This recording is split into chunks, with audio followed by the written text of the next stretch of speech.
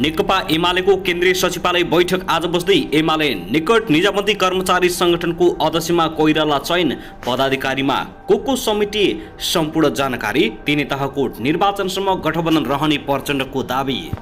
नेकपा एमालेले सबै तहमा एक्लै बहुमत ल्याउँछ, शङ्कर पोखरेल। एमालेले चुनावी कार्यक्रम योजना बनाउँदै यस्ता छन् मंगलबारदेखिका नयाँ कार्यक्रम। एकाएक माधवकुमार नेपाललाई निकै ठुलो धक्का, मन्त्री प्रेमबहादुर आले र किसान श्रेष्ठ नेकपा एमालेमा फर्किने चर्चा। के फर्केलान् त नेकपा एमालेमै? लीला मणिलाई चीनको राजदूत नबनाउन माओवादीभित्र दबाव, श्रेष्ठलाई राजदूत बनाउने तयारी। एमसीसी बारे प्रधानमन्त्री देउबा र भीम रावल बीच दोहोरी। प्रकाश सपुतको पीरबारे बल्ल बोले प्रचण्ड, प्रतिगमनको खतरा बढेको मोहन विक्रम सिंहको भनाई। भरम छर्ने काम नगरौँ, एमसीसी राष्ट्रको हितमा छ, प्रधानमन्त्री देउबा। एमसीसी बारे नेपाली कांग्रेसको दस्तावेज, कम्युनिस्टले भरम र उत्तेजनाको राजनीति गरे, ठेगान त लगाउनै पर्छ। वैद्य नेतृत्वको क्रान्तिकारी माओवादीले स्थानीय चुनाव बहिष्कार गर्ने, देउबा सरकारले अमेरिकाको दलाली गरेको आरोप। पल्सा र समीक्षा अधिकारी काण्डबारे आयो निकै ठुलो खबर। पल्साह के अब छुट्लान् त? सम्पूर्ण जानकारी। समीक्षाको परिवारले के भन्छ? पछिल्लो समयमा समीक्षाको परिवारको प्रहरीलाई दबाव। पकेटमारको अभियोगमा पक्राउ परिन् निकै चर्चित अभिनेत्री दत्ता। सुन्दर चाँदीको मूल्य फेरि घट्यो, कतिमा हुँदैछ त कारोबार? सम्पूर्ण जानकारी। सबै परीक्षाको पर्खाइमा बसेका विद्यार्थीहरूलाई आयो निकै ठुलो खबर। कक्षा 12 को परीक्षाको कार्यतालिका सार्वजनिक। जेठको दोस्रो साताबाट परीक्षा सञ्चालन हुने। एसीको परीक्षा वैशाख 9 गतेदेखि वैशाख 20 गतेसम्म। 2 वर्षभित्र कर्णालीका सबै घरमा बिजुली पुर्याउने प्राधिकरणको भनाई। जन्ती बोकेको टिपर पल्टिँदा 2 जनाको मृत्यु, 24 जना घाइते। शुक्लाफाटका बासिन्दा भर्ती, निकै चिन्ता, सुरक्षित बास कहिले पाइएला? मानव सूत्र, तरकारी र फलफुल फलाउने सूत्र। यातायात व्यवसायीहरूको सरकारलाई चेतावनी। मूल्य पेट्रोलियम पदार्थको मूल्य वृद्धि भएसँगै सरकारले भाडा दर पनि नबढाएको भन्दै आक्रोश। 1 हप्ताभित्र भाडा नबढाए आफ्नै मनोमानी ढङ्गले भाडा लिने व्यवसायीको चेतावनी। बस र जीप ठोकिँदा 3 जनाको ज्यान गयो। आन्तरिक हवाई उडानको भाडा बढ्यो, नयाँ नियम लागू। भेरी नदीमा बेपत्ता 4 बालबालिका अझै पनि भेटिनन्। फर्कियो गोताखोर, भात खान नपाएको न्युमा। जब ठेकेदार माथि हातपात भयो, मचियो खैराबेला, 4 जना घाइते। मन्त्री किसान श्रेष्ठ खाडी मुलुकमा अल्पत्र परेका नेपालीहरूको उद्धारको लागि आज दुबई जाँदै, दुबईबाट विभिन्न खाडी मुलुकमा भ्रमणका साथै नेपालीहरूको उद्धार गर्ने र विदेश जाने श्रमिकहरूको लागि नयाँ नियम लागू। अब यस्ता नियम पालना नगरे विदेश जान रोक। सरकारले गर्यो यस्तो घोषणा। एमसीसीमा नेपालमा पनि जागिर मिल्ने। अब हेर्नुहोस् पूरा समाचार।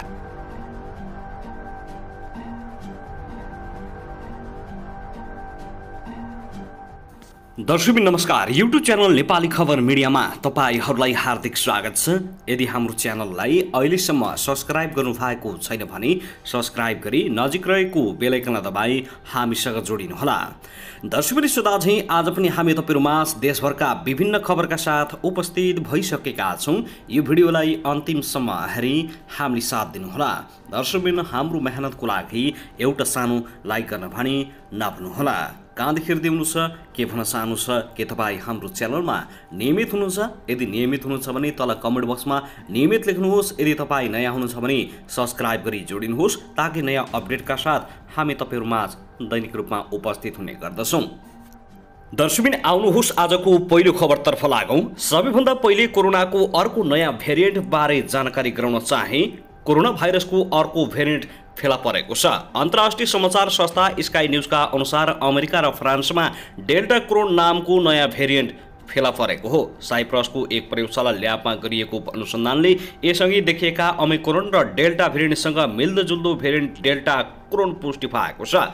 यसले डेल्टा र ओमिक्रोन दुवैको असर देखिने अनुसन्धानकर्ताहरूले बताएका छन्। मार्च 9 मा नेदरल्यान्ड र डेनमार्कमा पनि यही भेरिएन्ट फेला परेको विश्व स्वास्थ्य संगठन WHO ले जनाएको थियो। स्काई न्यूजका अनुसार हालसम्म 2 जना अमेरिकी नागरिकमा डेल्टा क्रोनको संक्रमण पुष्टि भएको छ भने अन्य धेरै जनामा योसँग मिल्दाजुल्दा लक्षण देखिएका छन्। गत महिना बेलायतको स्वास्थ्य सुरक्षा एजेन्सी UKHS ले आफ्नो देशको एक नागरिकमा डेल्टा र ओमिक्रोन दुवै भेरिएन्टका लक्षण देखा परेको जानकारी दिएको थियो। बिस्तारै यो विश्वव्यापी रूपमा फैलिने WHO ले जनाएको छ। दर्शकबिन त्यसै गरी आउनुहोस् अब अर्को खबरतर्फ लागौं। स्थानीय तहको निर्वाचनको मिति 2 महिना नजिक आउँदै गर्दा राजनीतिक दलहरूले निर्वाचन केन्द्रित कार्यक्रमहरू तयार गर्न थालेका छन्।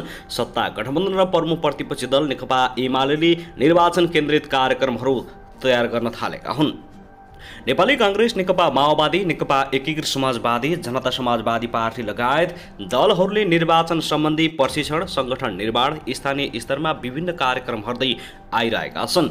केन्द्रमा पनि राजनीतिक प्रशिक्षण जस्ता कार्यक्रमहरू चलिरहेका छन्। यस क्रममा नेकपा एमाले स्थानीय तहको निर्वाचन केन्द्रित कार्ययोजना बनाउन केन्द्रीय कमिटीको बैठक बोलाएको छ। प्रमुख प्रतिपक्षी दल एमाले स्थानीय तहको निर्वाचन सम्बन्धी कार्ययोजना बनाउन चैत्र 8 र 9 गते काठमाडौँमा केन्द्रीय कमिटीको बैठक बोलाएको हो। पार्टी कार्यालय थापाथलीमा सोमबार बसेको केन्द्रीय कार्यालयको बैठकमा सम्पूर्ण पार्टी पंक्तिलाई निर्वाचनमा केन्द्रित गर्ने गरी कार्ययोजनामा बनाउन र सो विषयमा छलफल गर्न एमाले चैत्र 7 गते पोलिटी ब्युरो बैठक र 8 र 9 गते केन्द्रीय कमिटीको बैठक बोलाएको छ। दर्शकबिन आउनुहोस् अब अर्को खबरतर्फ लागौं। यता भने नेकपा एमालेका नेता भीम रावलले प्रधानमन्त्री शेरबहादुर देउवाले सार्वजनिक तथ्यको जानकारी समेत नराखेर झुट बोलेको आरोप लगाएका छन्।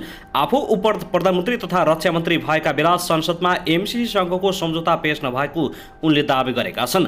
म केपी ओलीजी पहिलो पटक परम भएका बेला उप प्रधानमन्त्री र रक्षा मन्त्री थिए। परम ओलीले एमसीसी सँगको सम्झौता संसदमा ल्याएको बेला होइन, ट्विटरमा उनले लेखेका छन्। अन्ततः मेरो मन्त्री परिषदमा सहमति रहेको भन्ने कुरा रहेन। यस्तो सार्वजनिक तथ्यको जानकारीसम्म नराखी झुट बोल्ने प्रधानमन्त्रीको या त आफ्नै दिमाग खुस्केर हो या त हराएर हुनुपर्छ, या जनतामा भरम छरेर देशहित विपरीत दङ्गको नृत्य छोप्ने कुर्सित चाल हुनुपर्छ।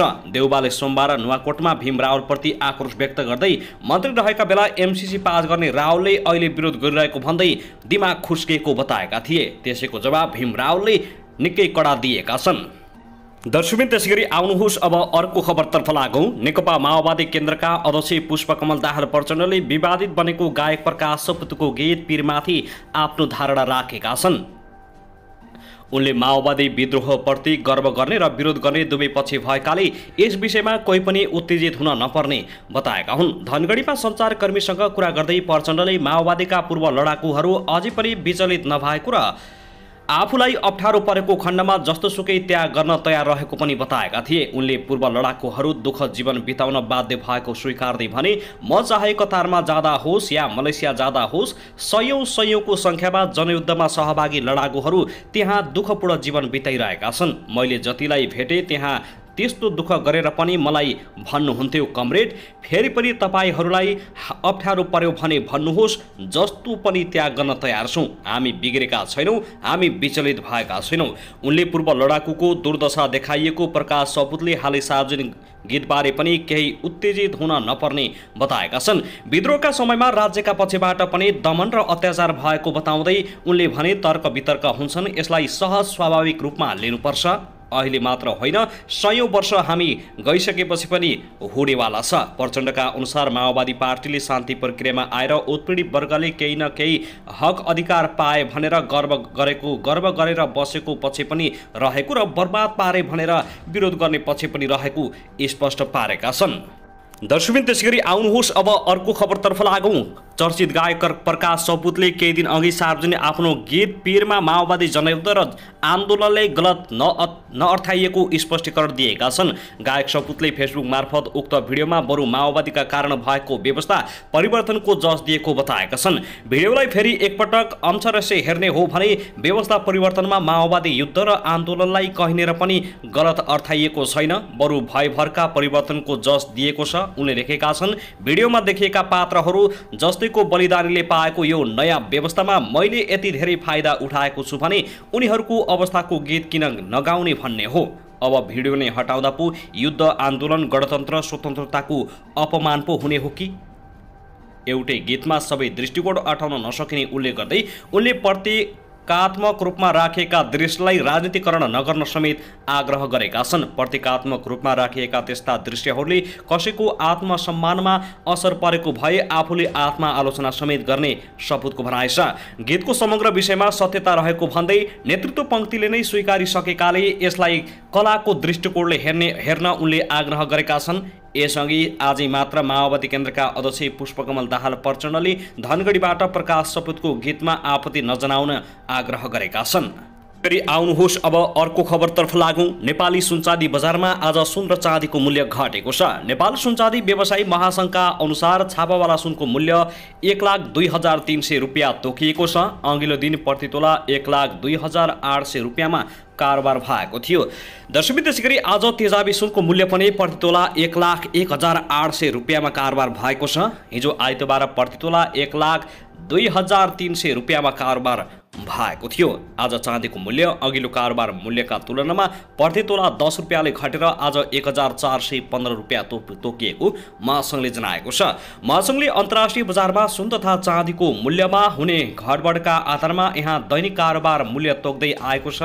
अन्तर्राष्ट्रिय बजारमा आज सुन प्रति औंस $1,773 आसपास रहेको बताइएको छ।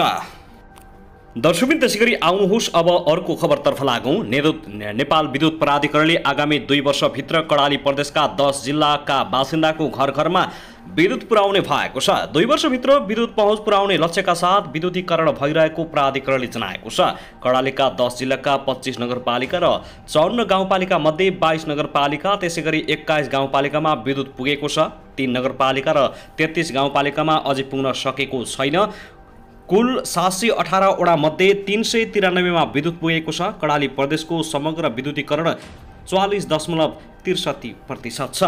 प्राधिकरणका कार्यकारी निर्देशक कुलमान घिसिङले भौगोलिक कठिनाई तथा विकटताले गर्दा कर्णालीका जिल्लाहरूमा विद्युतीकरणमा केही ढिलाइ भए पनि आगामी 2 वर्षभित्र सबै घरद्वारीमा विद्युत पुर्याउने गरी काम भइरहेको जानकारी दिएका छन्। उनले राष्ट्रिय प्रसारण लाइन पुर्याउन नसकिने ठाउँमा वैकल्पिक ऊर्जा प्रबन्धन केन्द्र मार्फत सौर्य लघु जलविद्युत लगायत मार्फत विद्युतीकरण लगिने बताएका हुन्।